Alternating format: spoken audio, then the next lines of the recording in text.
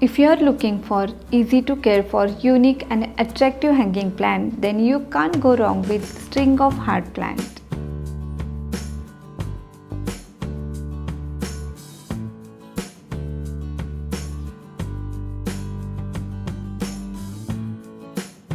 Hello everyone, I am Pratiksha and welcome back to Garden Vibes. Today I will be talking about the string of hearts vine. It is one of the most delightful and satisfying trailing plant that you can grow indoors. From my experience, I can say that it is super easy to take care for, grows at satisfying rate and super easy to propagate.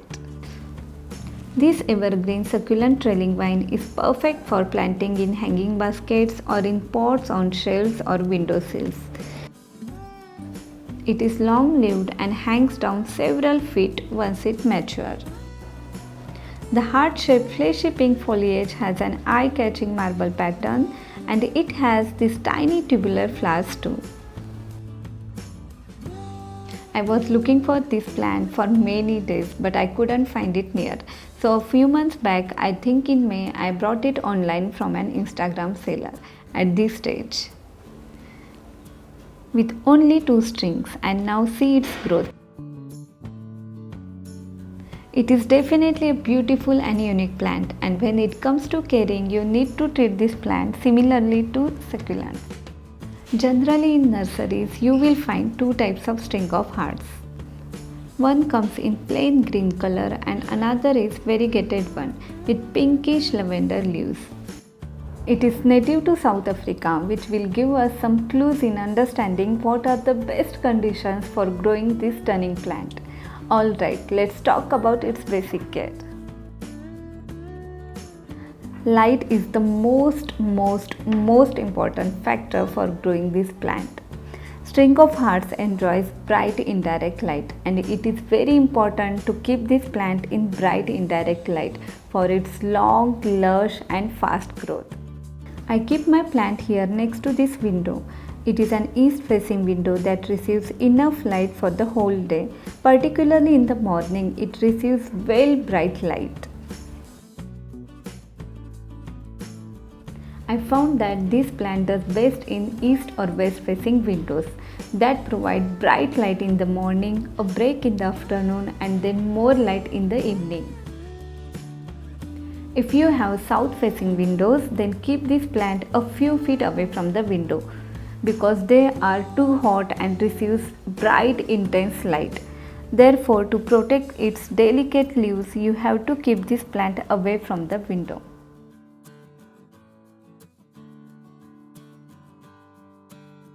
East-west facing windows are ideal for growing this plant. I will suggest to avoiding growing them in north facing windows because they get the weakest light, and the plant growth, color and quality of leaves totally depend on the amount of light they get. To make your plant fuller, make sure that light must be shedding on the top of the pot where the soil and the main stems are.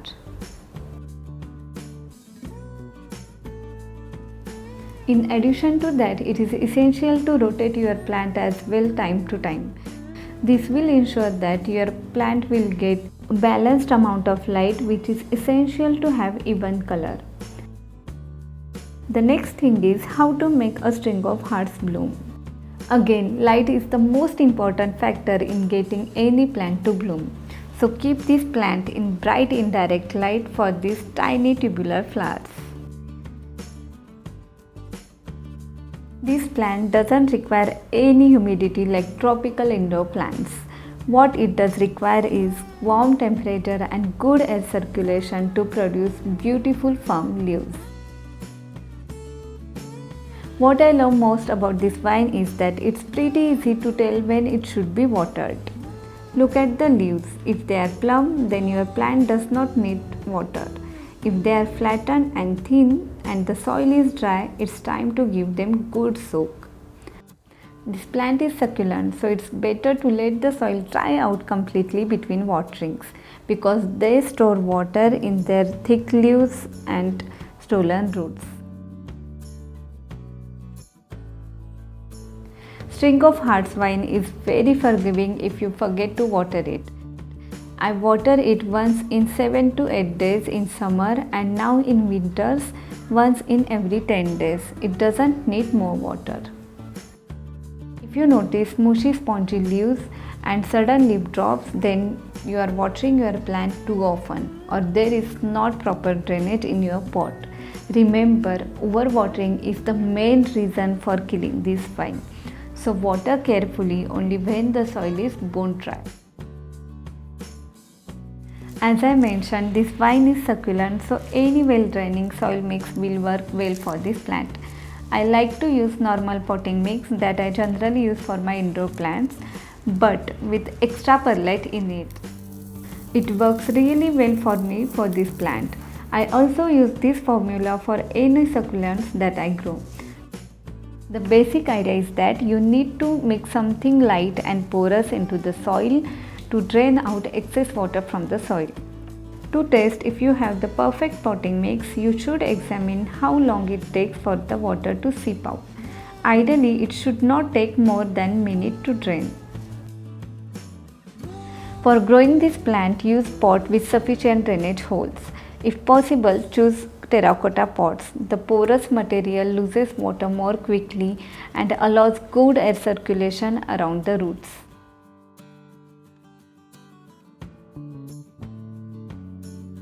For any potted plants, regular feeding is very important because they are limited to the soil in their pots. And once those nutrients are gone, your plant's roots can't be stretched out to find more nutrients. Therefore, regular feeding is essential to encourage faster growth, healthy leaves, and regular blooming. For string of hearts, you can use any water-soluble fertilizer. I am using seaweed solution for my all succulents. It is one of the easiest plants to propagate with higher success rate. Well, there are different ways to propagate this vine, but I think water propagation is easy, hassle-free method to propagate this vine. In water propagation method, you can always check root status and how fast they are growing. For this, snip the string a few inches long and remove the leaves closest to the stem. Put it into the water for about 3 to 4 weeks. Remember to keep some nodes inside the water. Be sure to change the water once a week so it stays fresh and oxygenated. Once you see roots 2 to 3 inches long, you can transfer the cuttings from water to the soil, and for the first week or two, keep the soil moist because we are transferring roots from the water.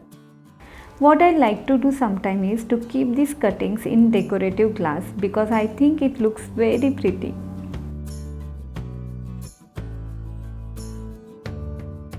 To make your string of hearts fuller and bushier, add those long strings back into the pot like this.